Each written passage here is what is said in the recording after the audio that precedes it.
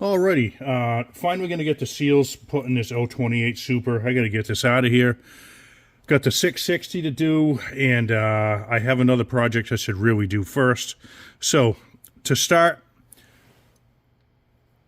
I take the seal with a little bit of grease down here, and then just very gently put it in there to cover the spring, just so it don't fall out when you're hammering it in. If you had an arbor press, you wouldn't have to worry about it, but if this comes off, when you pound it in, you'll never even know.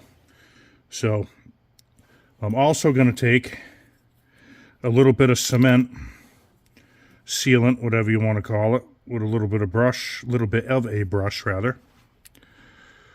Okay, and it's probably totally unnecessary, but if you want to have a little extra, whatever you want to call it, insurance, which realistically you probably never will need it, but anyhow, that's what I'm doing. Hey, get it set on here. But first, let's take a little bit of two-stroke oil here. Get you in here. Okay, things may bounce around a little bit, but I'm going to put just a little bit of oil on here. Let that run down. Set our seal on here. Okay, and very gently, without getting oil on my hands, get it into position. And he's pretty much set flat on this, so this is just actually a seal installer for the 660. We're going to go ahead and use it. We'll just get it down a little bit. It might vibrate the shot here.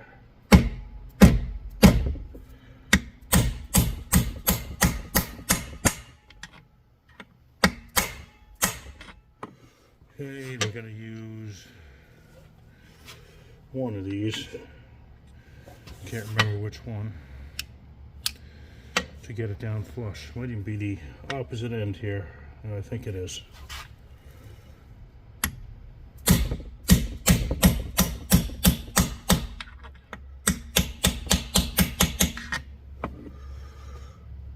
Hey, that looks pretty good.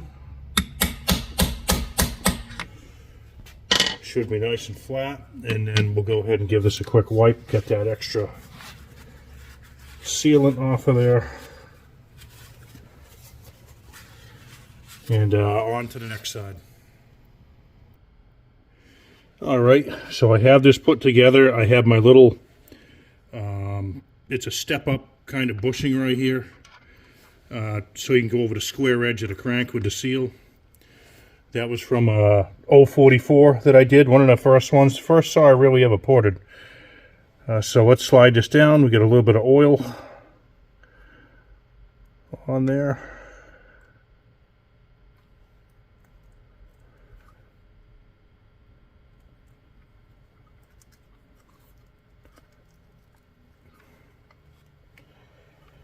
All right, we got the same 660 installer here. See what we got. Hopefully don't rock you around too much.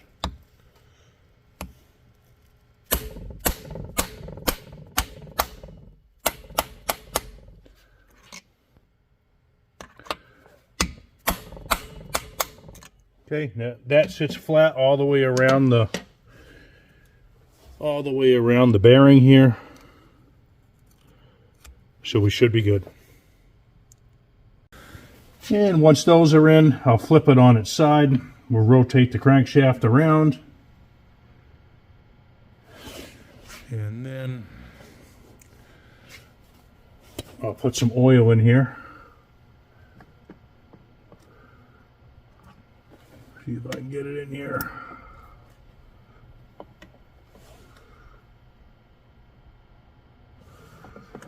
I let that sit, and then I'll work it around the bearing. It'll get down inside there. And we'll do the same with the other side. And if you've cleaned everything else, you can put a little bit on the big end of the rod bearing here, which I've already done, and I've already lubed up the wrist pin and the wrist pin bearing, but take care of all that stuff too, and then rotate it a little bit, get some of that oil worked in there, and then we can throw the top end on. Alright, so hopefully you have a halfway decent view. So the rings and piston already have a light coat of oil on it. So I'm just going to go ahead and put a couple dabs in here. And just run this around here. I don't know how that looks on video, but you get the idea. Alright, there's a couple of drops of blue Loctite on the cylinder bolts, and let's see what we can do here. Trying to get you in here so you can see. This is all about helping somebody out, hopefully, that wants to kind of do this on their own, but have never done it.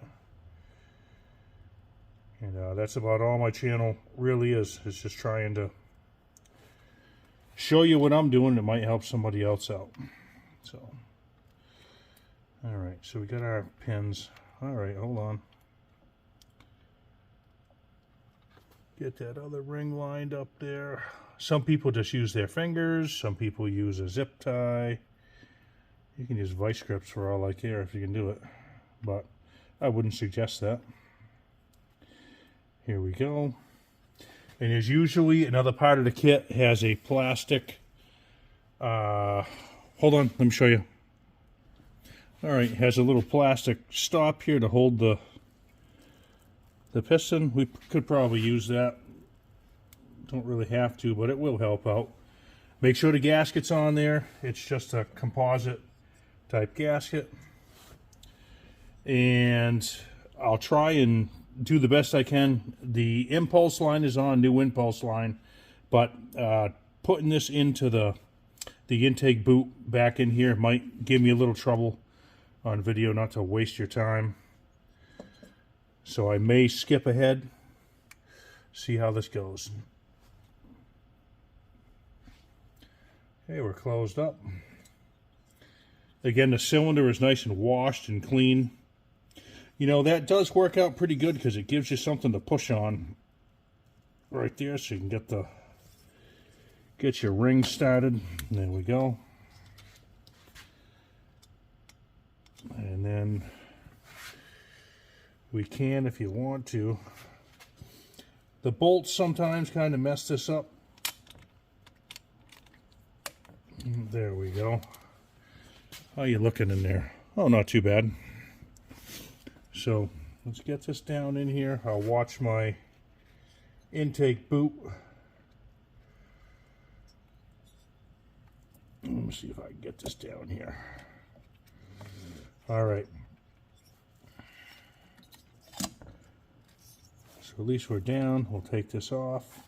And the rest of this is pretty much straightforward. I'm going to get that intake boot in there and then just tighten these down. I'll be back. All right. I don't know who's happier, me or you. You definitely didn't want to sit through all that. But I did get that boot in there. However you want to do it, just don't rip it, you know. A lot of people take the fuel tank off. I wasn't going to do that. So I will use the impact gun from time to time, taking stuff apart. But normally a nice T-handle Torx will work.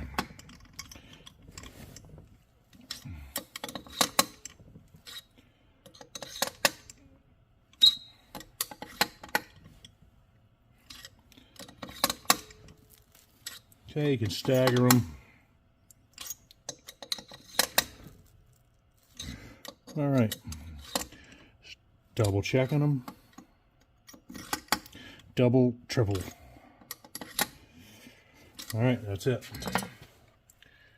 Okay, we got our oil in there. You could even take, if you want, through the plug hole, whatever you want to do, put a drop or two down in there.